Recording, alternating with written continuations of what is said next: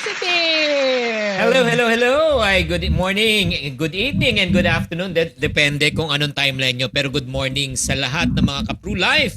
Thank you very much sa lahat na nandito right now. We're so excited. Si Elzar nandito sa Maria Victoria. Si Limuel. Ay, maayong gabi o maayong buntag sa imong tanan. Daghan salamat sa mga Bisaya. May mga Bisaya ba dire? Type me. Type mga Bisaya. Mga type me. Yung mga Bisaya na nandire. Thank you very much. So right now, thank you very much, Sharia, for that really energetic introduction. At the same time, nung sinabi mo, yung ano, ilabas nga natin yung gwapong picture. Napahanap ako, sabi ko, saan? Saan yung, alam ko may picture pero walang gwapo. Oo. Ano lang parang ano lang, para mas magets natin So gagawin natin, lagyan natin ng transcription para mas makita ng mga tao. Okay, so are you guys ready? Are you ready? Ready na ba kayo? Ready na? Oo, ay grabe pero bago tayo mag-usap, no, Happy Chinese New Year to everyone. Malapit na po kasi sa Sunday na po ang Chinese New Year. Huwag tayo masyadong maniniwala sa mga pamahiin po kasi huwag natin iasa ang swerte, baka malasin. Oo. Hindi, ito lang kasi tayong mga Pinoy, no, di ba, ang hilig-hilig natin sa mga pamahiin, di ba? One of our pamahiin, pag alas 12 ng gabi ng December 31, anong ginagawa po natin? Anong ginagawa po natin, Joel? Janeline, what do we do? Di ba? Yes, tumatalon. Naalala mo ba? Tumatalon tayo. Bakit? Para tumangkad. Pero, wa-effect naman sa akin. Oh, ito naman. Ito. Next. Kami mga Chinese naman, napapansin nyo, ang hilig namin magsuot ng polka dots dati. Bakit? Bakit kami nagsusuot ng polka dots? Bakit? Nagre-represent pera. Pero alam nyo hindi ba nyo papansin, wala na nagpo-polka dots na Chinese ngayon kasi na-realize na pag polka dots, ang kita lang next year, barya. Kaya nga, ang nauso ngayon, checkered. Ang sinusuot na po namin, checkered. It represents cheque. Oo, para laki kita. Pero ingat-ingat lang, wag sana na na ipagsama mo na naka-checkered ka tapos nagtatalon ka para tumangkad. Kasi pag ginawa mo yan, naka-checkered ka, tumatalon ka, next year lahat kita mo, bouncing check. Talbog cheque. Kaya ingat-ingat lang mga friendship. Right now, ang New Year's resolution ko ay mag-ipon na tayo. Siyempre tayong mga kaiponaryo, di ba?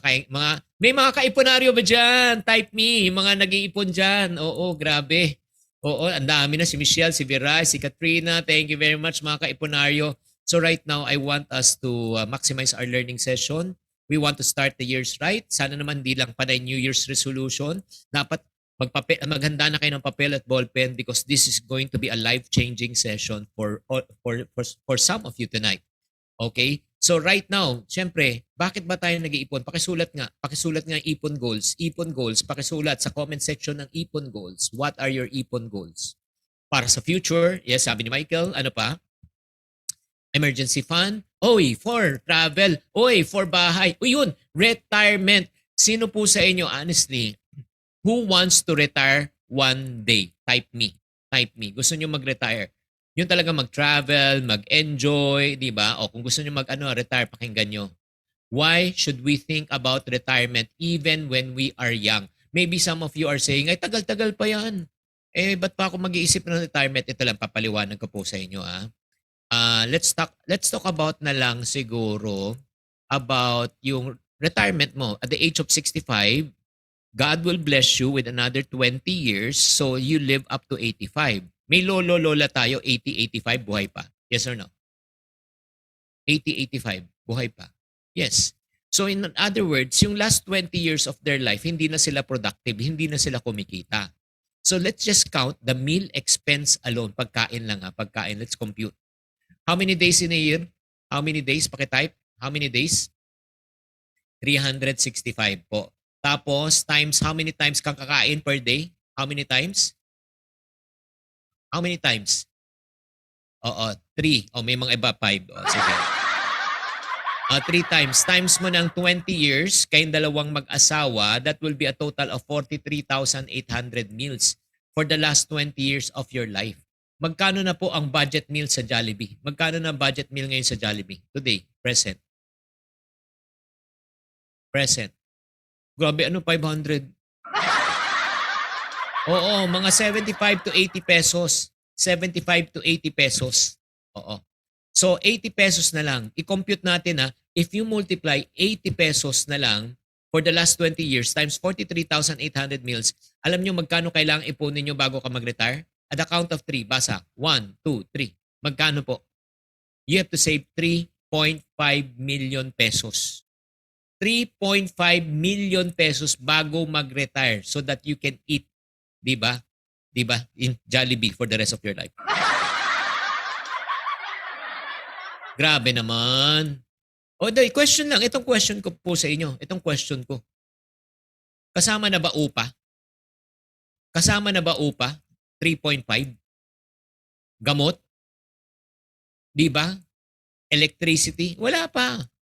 So guys, ito lang hindi to biro Kaya nga, if some of you are saying, ay hindi, pag nag-retire ako, may 5 million ako. Oo, may 5 million ka. Pagkain pa lang, 3.5 na. Tama, hindi pa kasama asawa, anak. Tama. So, are you getting what I'm trying to say?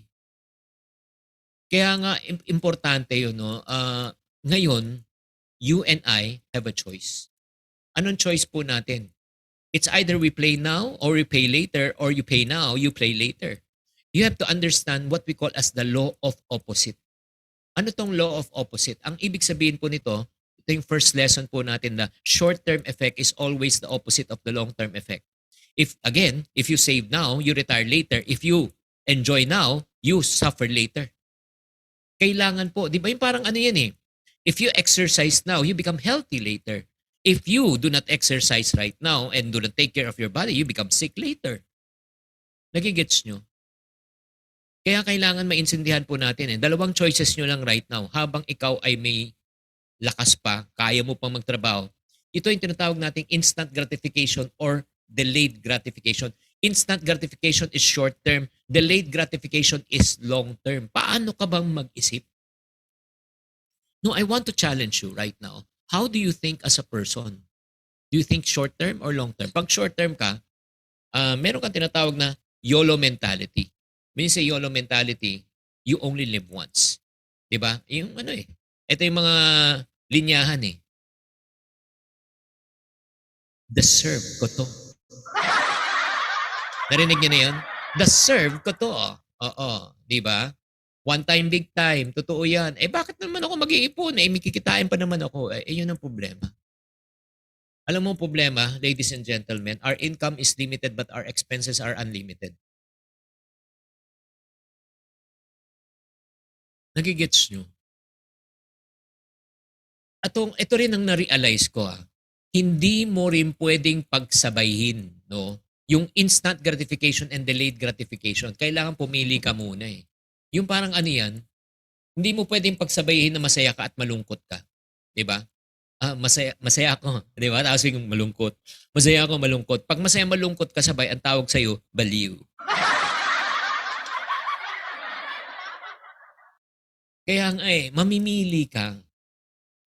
Gusto mo tiis now or enjoy later? Or enjoy now, tiis later?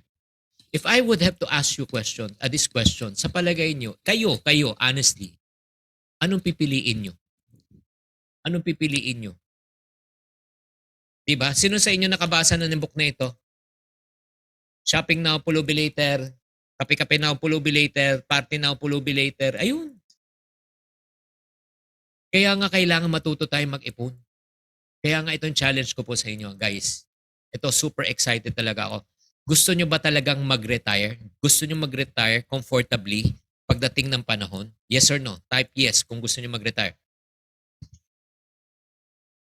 And I'm going to share to you a method. Everybody say method. A method that can help you to become good retiree. Grabe to, grabe. It took me 16 years to be able to think about this and simplify itong method na ito. How to retire? Use the CHIP method. C-H-I-P. Screenshot niya na to Screenshot niya to. Ang tindi nito. Grabe. Steven, Anday, sobrang matindi to, Jane, Joyce. So, ano itong chip method na ito? C stands for create. Una, kailangan marunong ka gumawa ng pera. Wala pa akong taong nakita na kapag-retiro dahil hindi marunong gumawa ng pera. Anong iipunin mo? Ano yung budget mo? 'Di ba? Ano yung pang-i-invest mo kung wala kang pera? Does it make sense? Type make sense. If it makes sense. You should learn how to make money. Kaya nga ang sa challenge ko po sa inyo challenge ko po sa inyo. Look at me, guys. Ang challenge ko, at this point of your life, hindi na sapat ang iisang source of income. Having one source of income is not enough. Do you agree?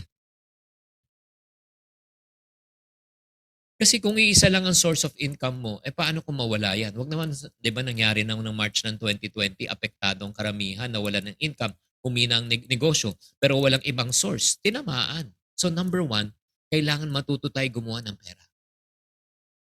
Next, aside from creation, let's go to H. Ano yung H? You should learn how to handle. Everybody say handle. Type handle.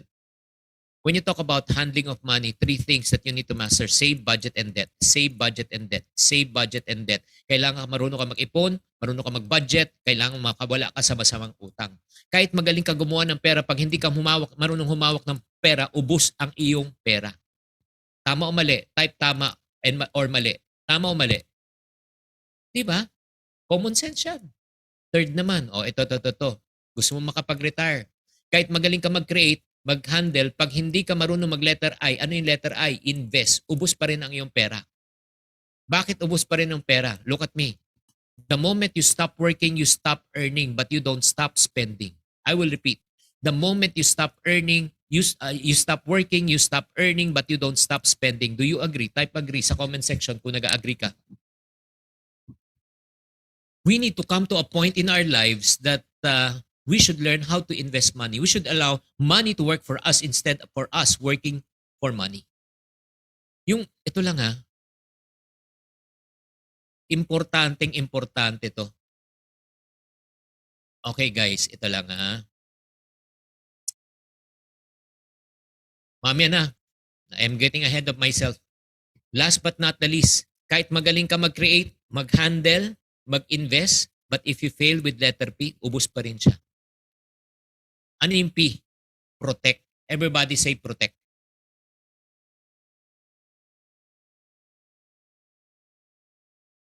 Bakit? Ito lang. Very simple lang naman.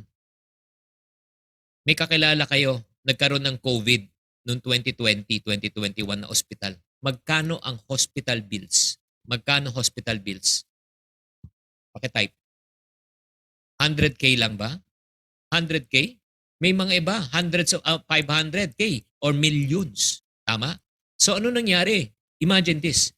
Lahat ng investment na benta, yung emergency fund naubos, yung savings naubos, back to zero kasi hindi naman rin makakreate. Kaya kailangan apat po. Guys 4 things that you and I must master in order for us to be able to retire. Create, handle, invest, and protect. If one of them is missing,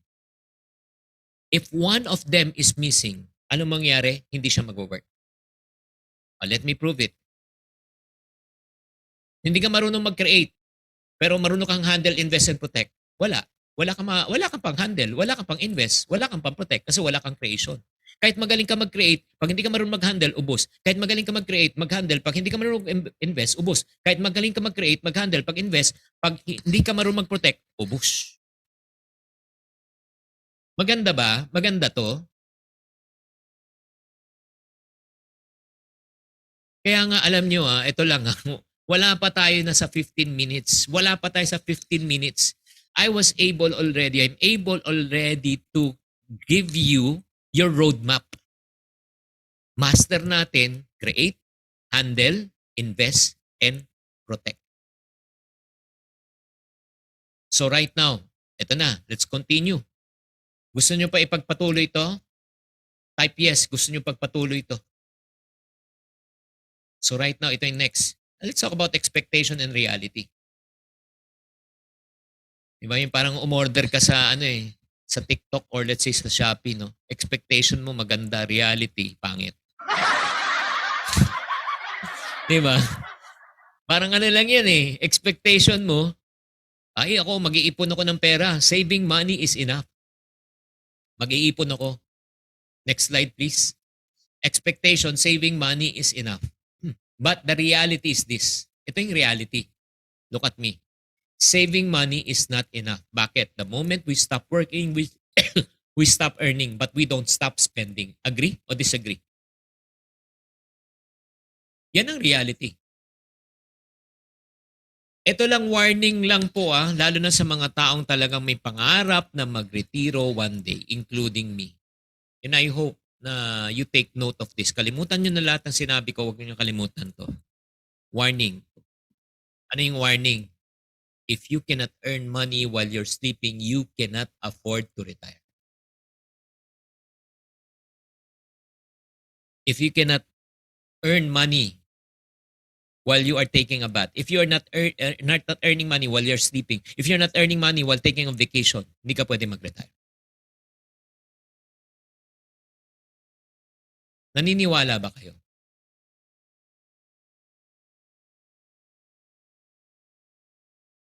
Kung ayaw nyo maniwala, di balik tayo March 2020, nung lockdown. 3 months, wala kang labas, wala kang ginawa, wala kang trabaho, wala kang negosyo. May pumapasok pa pang pera.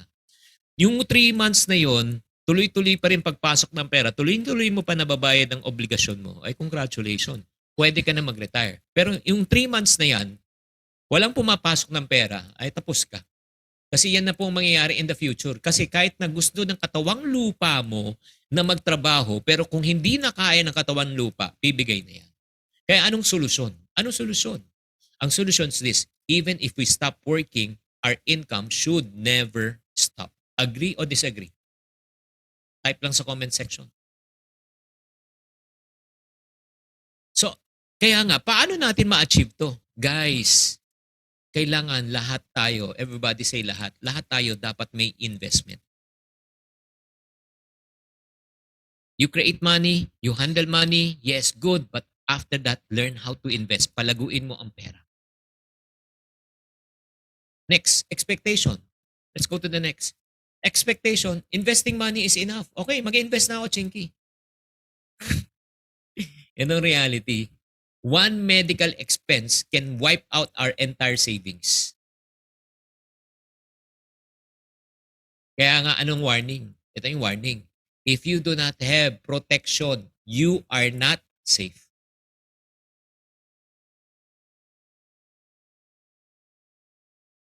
Nagigets nyo? Babalik na naman tayo sa chip eh. Create ka, handle ka, invest, pero wala kang protection. So ang solution nito, protection.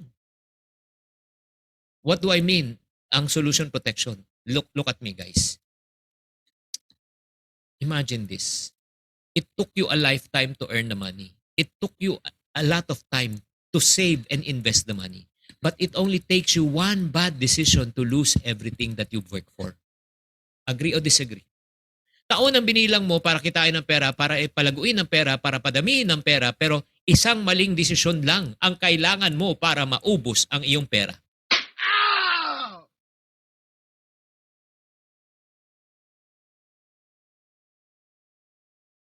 Ay, nako.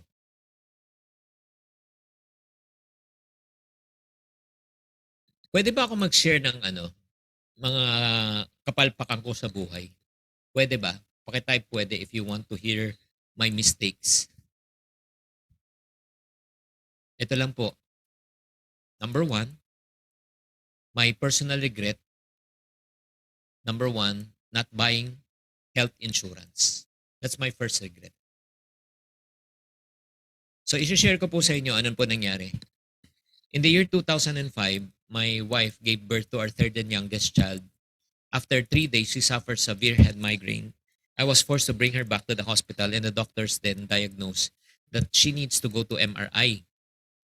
Nung nag-MRI na si Mrs., bigla na lang, madaling mga 6 in the morning or 7 eh. Bigla na lang yung nurses sa loob ng ER sumisigaw na ng code blue, code blue. Ako naman, di ko naintindihan. Kung may nurse ba dito na nakikinig at nanonood, ano ibig sabihin ng code blue? Pakitype lang, ano ibig sabihin ng code blue? Critical, emergency, Oo, pwedeng mamatay. Exactly. So I saw my wife being stretched out in a stretcher, nagko-convulsion na, nag-seizure na. On the third seizure, nag-comatose. Comatose. My wife was under comatose state for 7 days. We stayed in the hospital for 21 days. On the 8th day when she was awakened, her pain, yung sa head, ano niya, yung sakit ng ulo niya, hindi na nawawala. Tinanungan ng doctor, level pain from 1 to 10. One's the lowest, 10 is the highest. Persistent na sa 8 and 9. And the doctors cannot even diagnose what happened to my wife.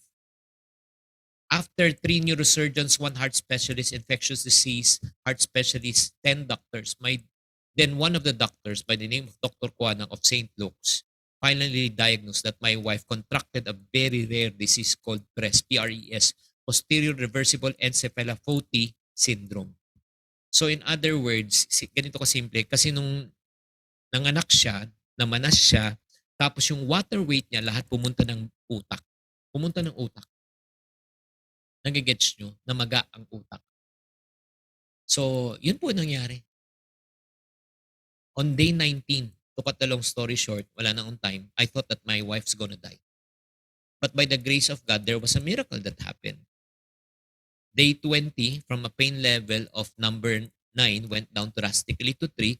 Day 21, we were discharged out of the hospital. I was the happiest man in this world. But upon receiving the billing statement of St. Luke Hospital, it's my turn. Ako naman ang ICU. Yung wallet ko. Hindi nagigets nyo? Hindi biro yan Grabe. Mapabalik tanaw lang, naiiyak lang nga ako Hospital bills ko umabot ng 2 plus million. Wala akong pambayad. Anong ginawa ko? Utang. I borrowed money from friends, relatives, 300,000, half a million. And it took me more or less how many years? Almost 5 years. Almost 5 years. At saka yung 2 million na yun, 2005 yun Guys, hindi present money yun. 2005 yun. So, yun nga yung sinasabi ko, guys. Sana naman, matuto na kayo sa pagkakamali ko. Kaya nga ngayon, may health insurance na ako.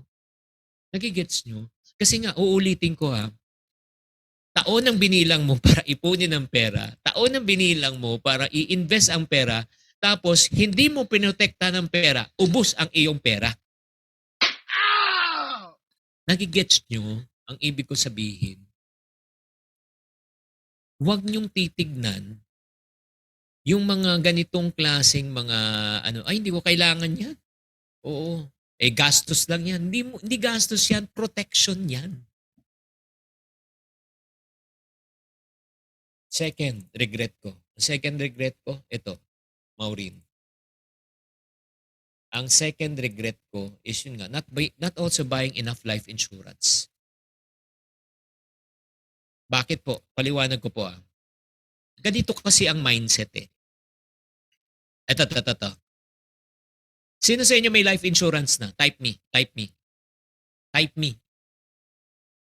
Ay, meron na ako 1 million ngayon life insurance ko 1 million 1 million. 1 million. Oo. 2024. Probably yung 1 million, may ano pa, hindi, ang point ko lang, sige. Kahit na sabihin mong 5 million 5 million. Yung 5 million, may halaga pa yan ngayon ng 2024. 'Di ba? 2024, 5 million. Pero itong tanong ko, 20 years from now, 2044, yung 5 million pesos, ano na lang halaga nun 20 years from now? Maliit pa ba yan o malaki? Maliit o malaki? Maliit na lang.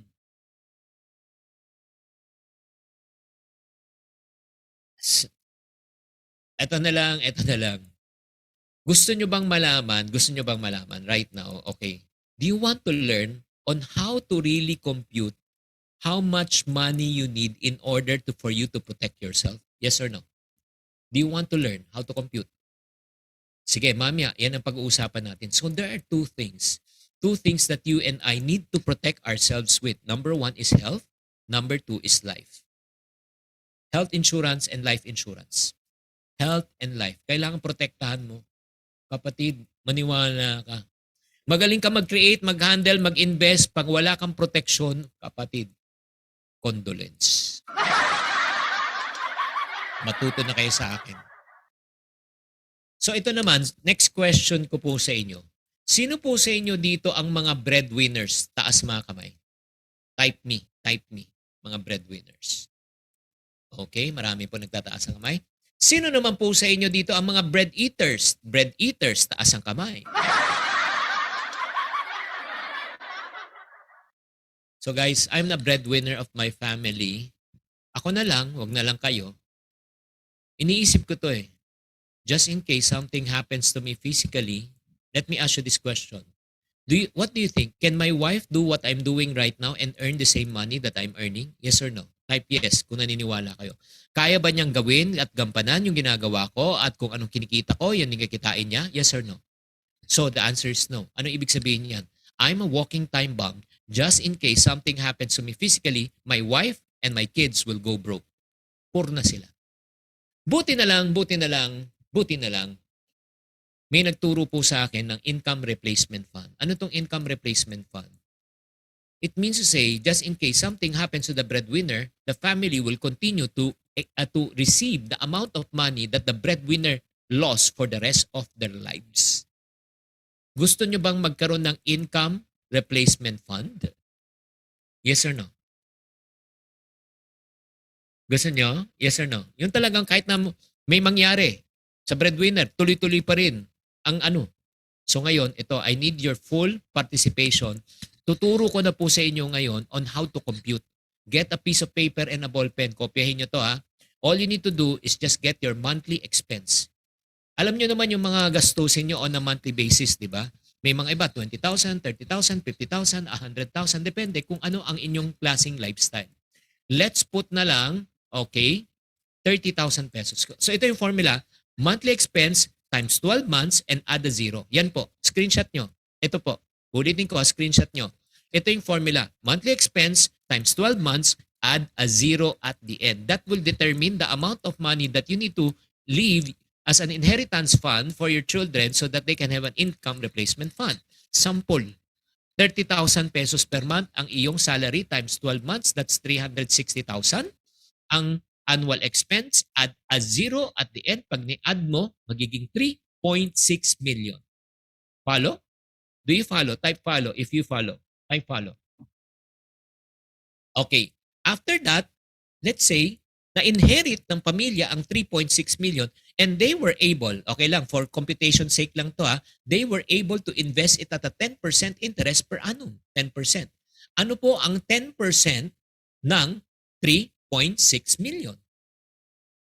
Ano po ang 10%? 10%, 3.6. Sige nga, next slide po. That's already 360,000. Divided by how many months in a year, that's 12, that will come out as 30,000 pesos per month ang babalik sa pamilya. It is as if the breadwinner never left. Nagigets nyo? Do you follow? Or gusto nyo pong ulitin natin one more time na mas mabagal para mas magets nyo? Paki-type one more. Type one more. Kung kailangan. Type one more. Sige. Babagalan ko to ha. Paano natin compute ang income replacement fund? Ito po, babagalan ko.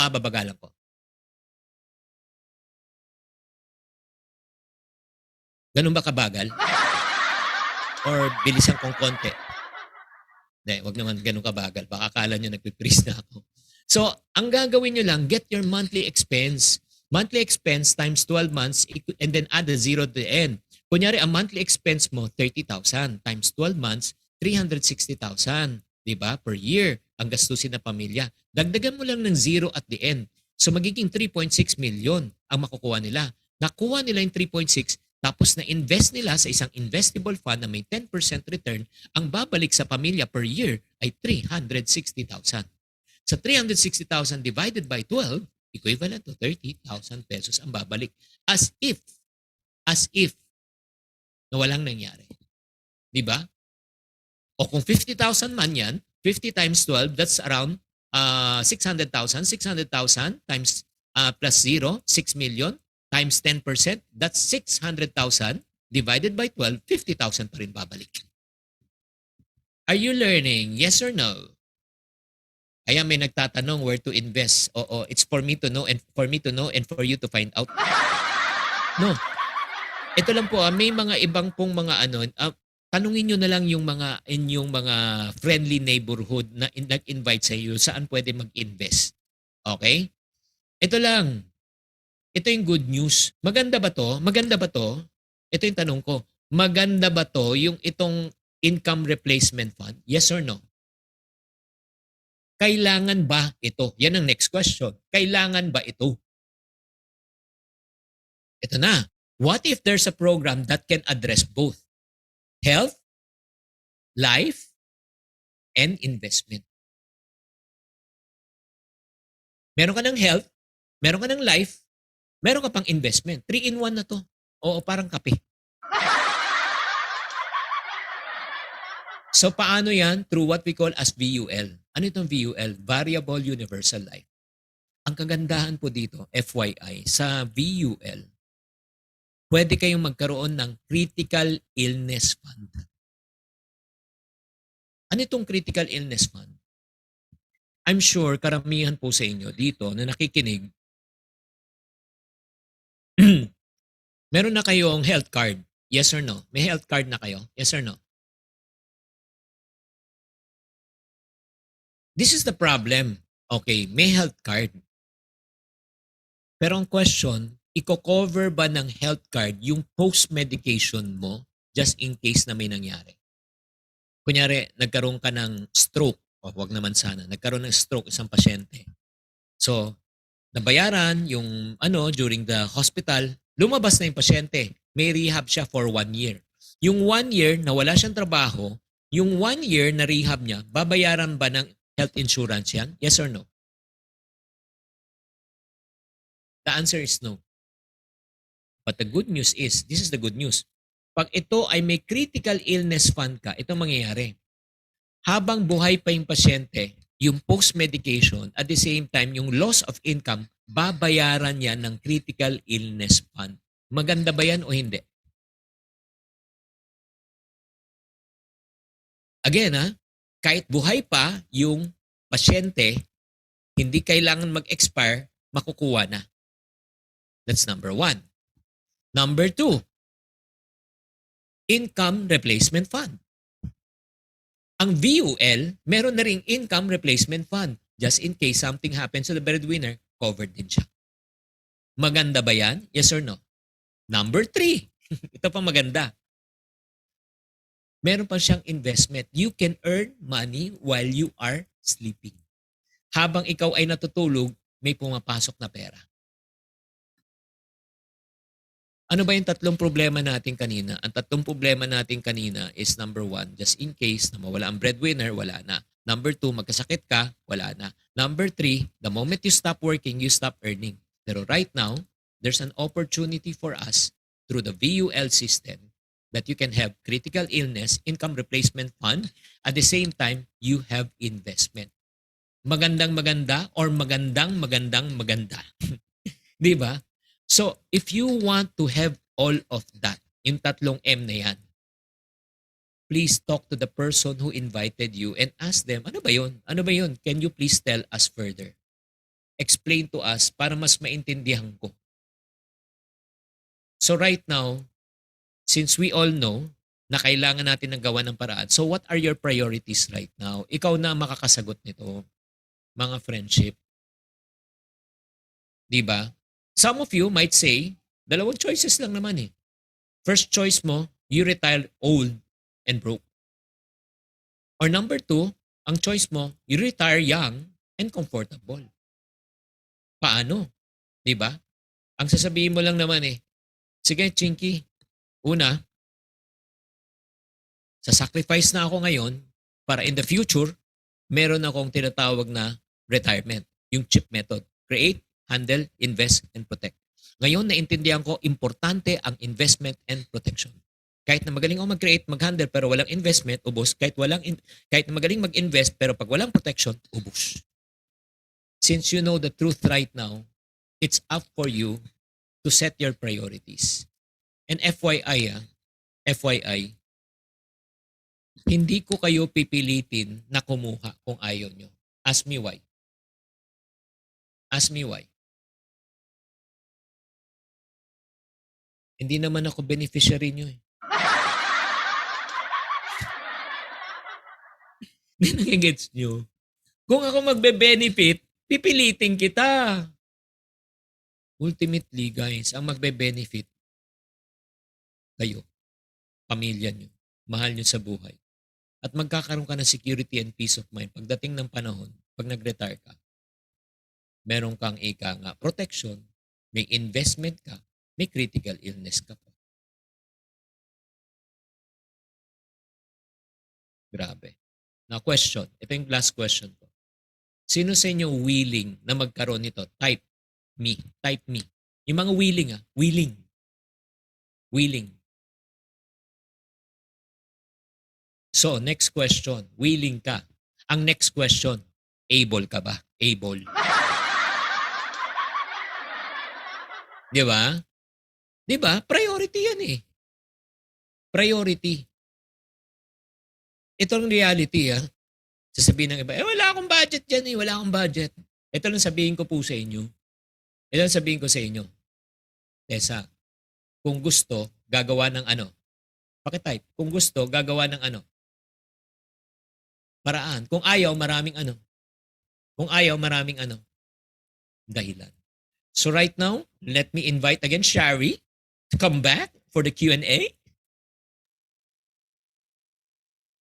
Yes, I'm here, Mr. Shane Positive.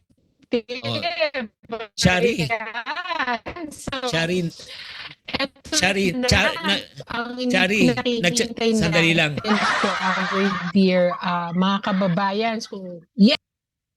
Shari, nag-ano ka, naglalag ka. Pasok, labas ka ulit, pasok ka. Para kang chachapi. Oo. Ayan, narinig mo na ako, Sir Chinky. Ayan, okay na. Loud and clear na. Go. Yan. Oh, good. Okay. So ito na po, mga kababayan, pwede na po kayong magtanong sa ating pambansang wealth coach.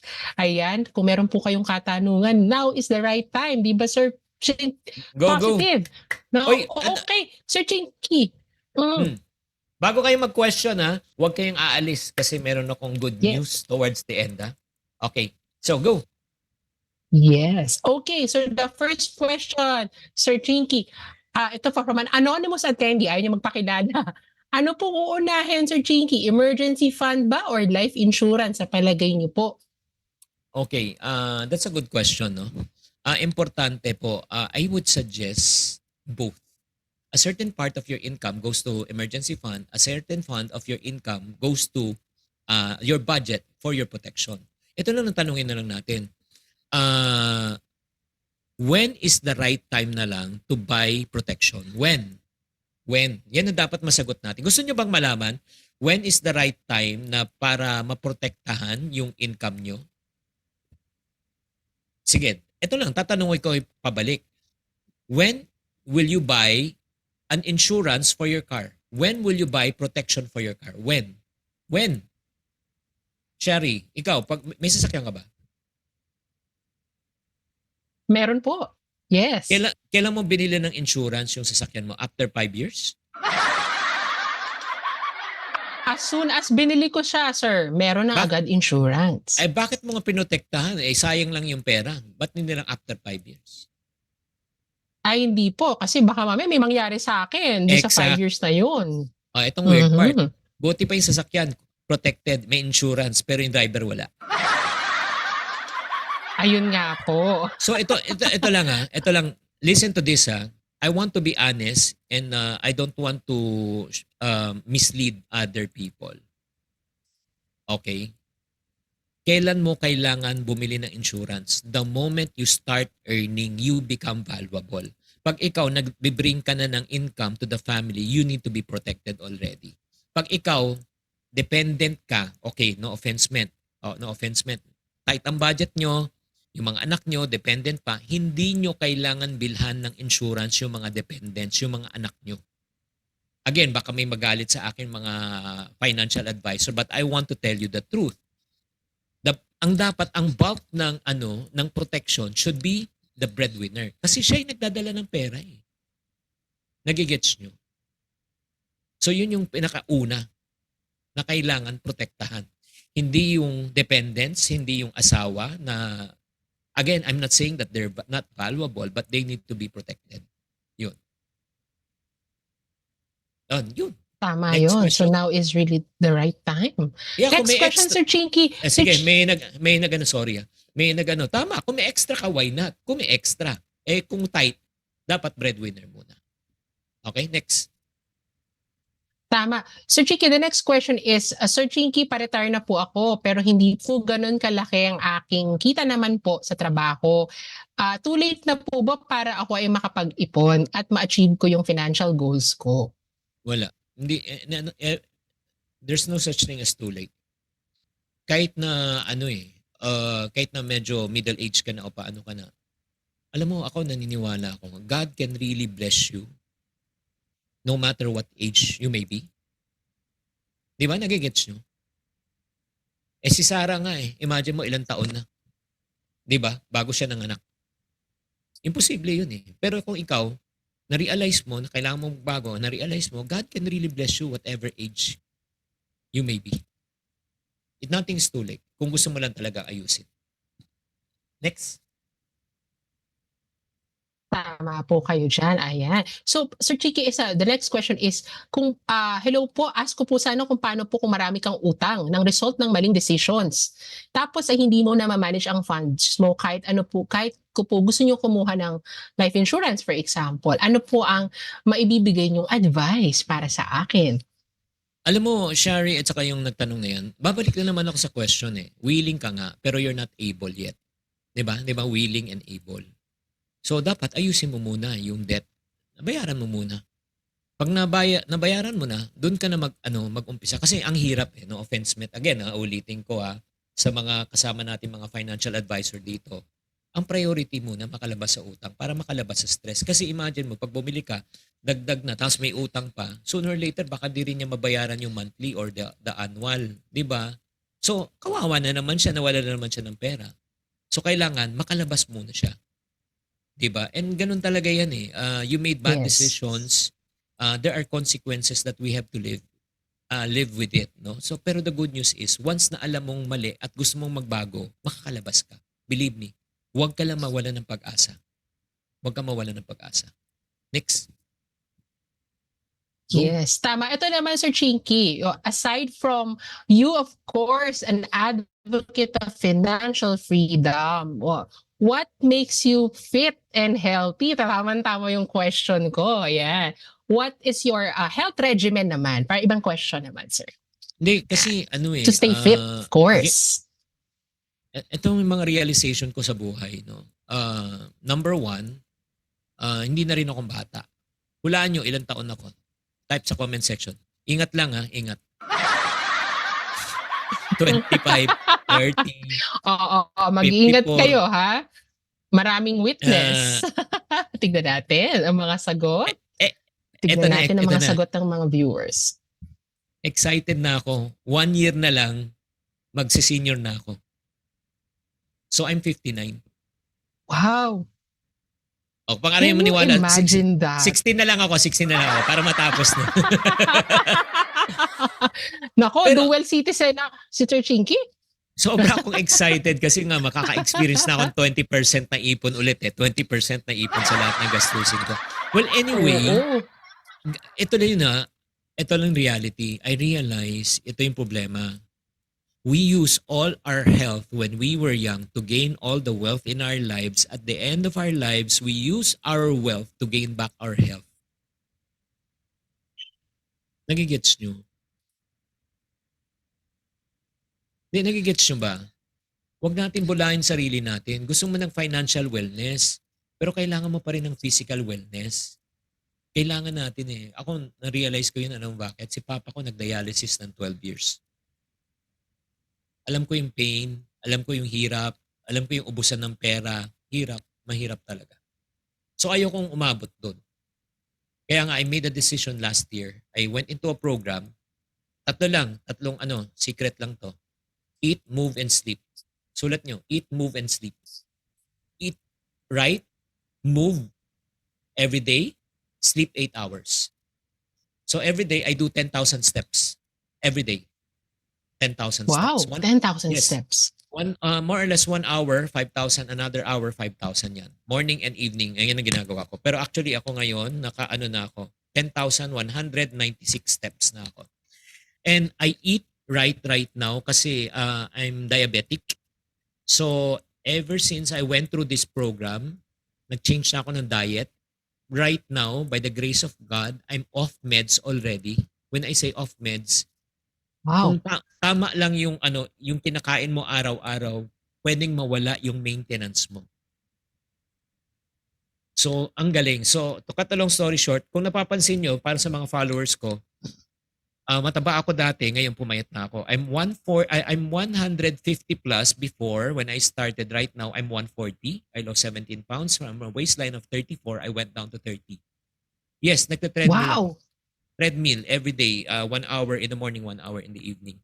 And then ang ginagawa ko para ma-maximize time ang treadmill ko, 1 hour nakatutok ako sa either Spotify, podcast, YouTube, or Netflix. 1 hour nanonood ako. So I convert my exercise time. Yun ang ginagawa ko every day. And I plan to do that until such time. That's- Yun nga. Yan ay magiging lifestyle ko. Oo. Yes. And that's a good habit that we can all follow, di ba? Yung eat, move, and sleep healthily. So of course, you can embrace and enjoy your life to the fullest. So Chinky, meron po tayong mga kasama natin ngayon ng mga OFWs. Nasaan po kayo? Go. Yan, no? Yung mga OFWs natin sa ibang bansa. So Chinky, OFW ako, malayo sa pamilya, breadwinner.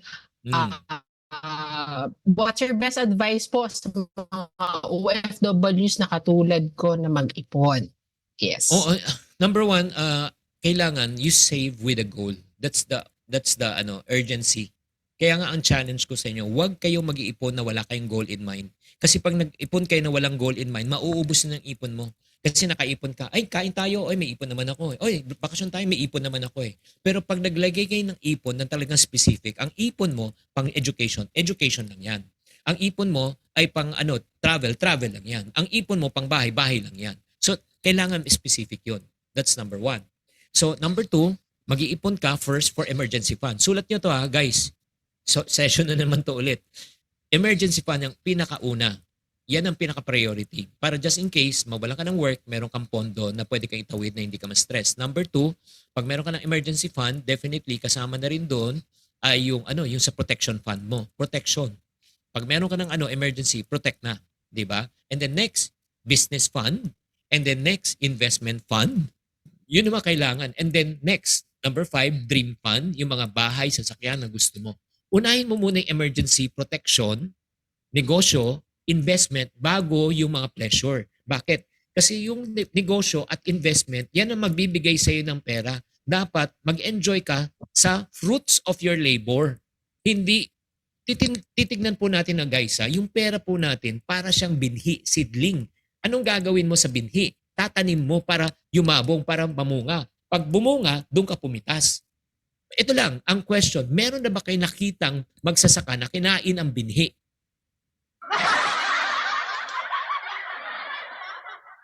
Hindi, that's a reality. Tatawa ka. Pero totoo naman yung, kunyari may pera na, kinain na, travel na, hindi naman lang ginawa sa emergency fund, hindi na nila in-invest, hindi nila pinotect. So ano nangyari? Naubos. Walang tinanim, walang aanihin. And that is what normally happens to OFWs. Nagigets mo? So kailangan emergency fund, Tama po protection kayo fund, dyan.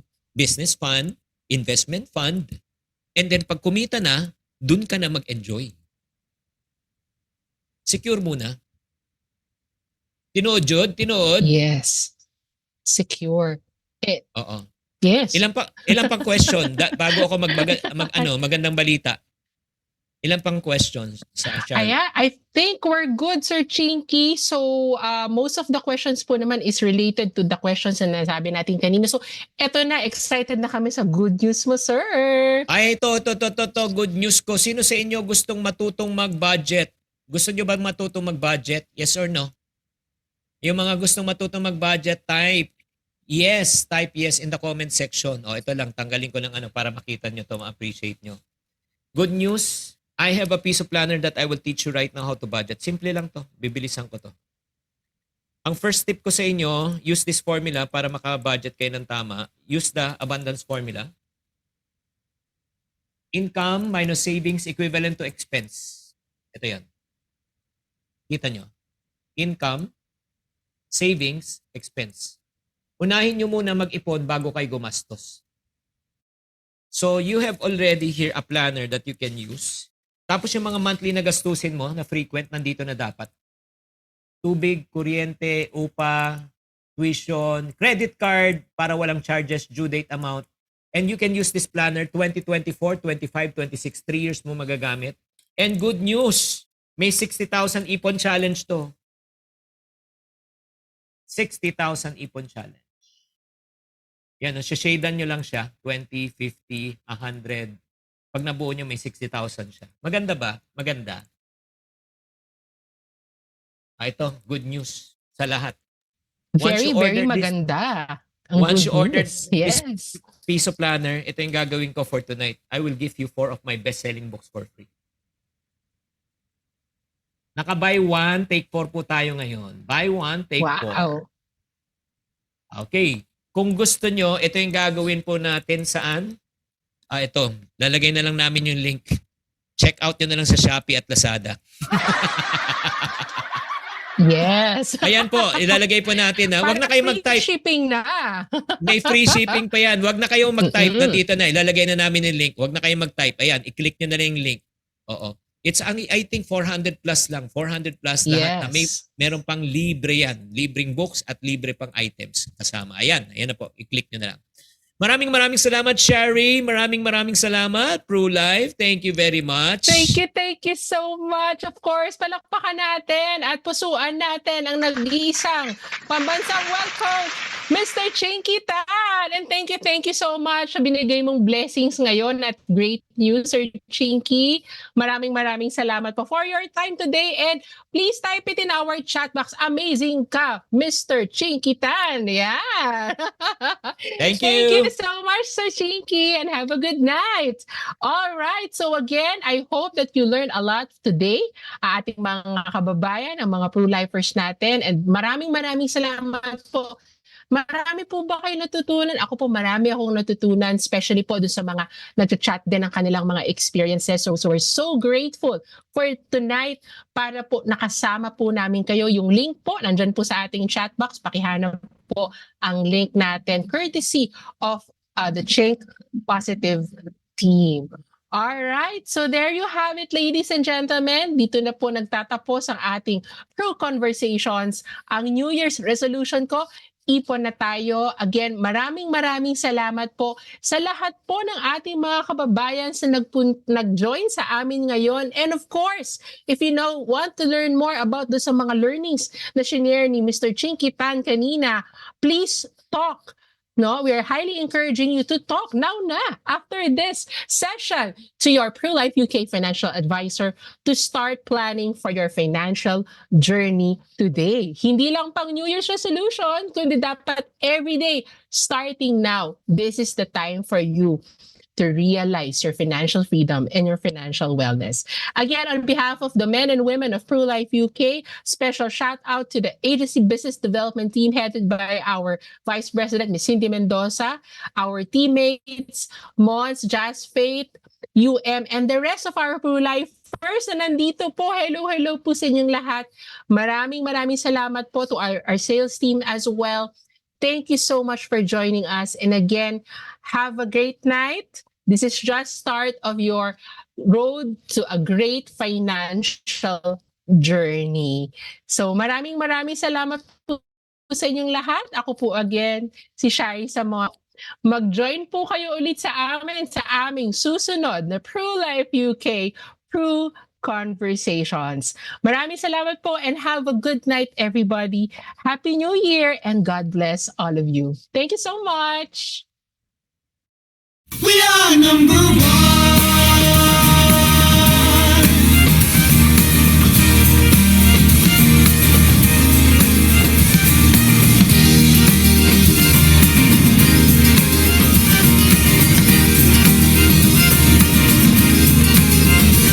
We all share the same destination. We all work together as one. In this place there's only one vision, and that's to be the number one. We all have the right combination, care and quality, there's no compromise. Doing the very best will be our mission. It's something that we need to realize. It's something very special in our eyes. True Life UK, our values mean a lot. We are looking for we'll give it all we got. With a sunny disposition, we can overcome the odds. Yes, we have a valid reason to believe we are number one. We are number one. Take one more step, reach out for excellence. We'll do whatever it takes to touch the sky, and we'll help each other reach our aspiration.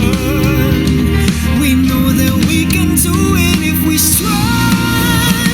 True Life UK, our values mean a lot. We are the people who give it all we've got. With a sunny disposition, we can overcome the odds. Cause we have a valid reason to believe we are number one. We are number one. We are number one. We are number one. We are number one. We are number one.